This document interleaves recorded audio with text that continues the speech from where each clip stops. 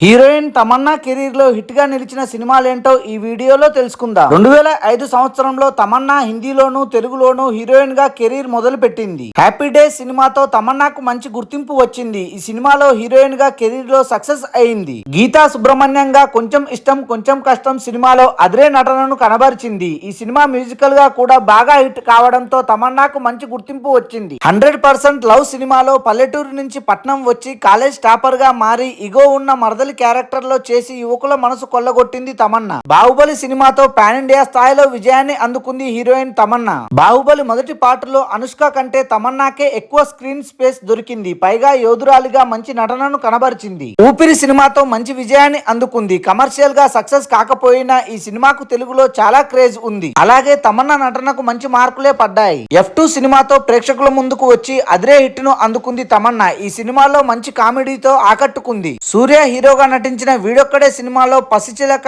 అనే సాంగ్ లో అలరించి ఆ సినిమాతో హిట్ ను అందుకుంది. తమన్నా అప్పటి వరకు డీసెంట్ లుక్స్ లో కనిపించిన లస్ట్ స్టోరీస్ 2 వెబ్ సిరీస్ నుంచి ఆమె తనలోని మరో వెర్షన్ ను బయటకు తెచ్చింది. ఈ సిరీస్ చేస్తున్న సమయంలోనే తన సోల్మేట్ విజయ్ వర్మను కలిసింది. Thanks for watching this video. For more interesting videos please do subscribe.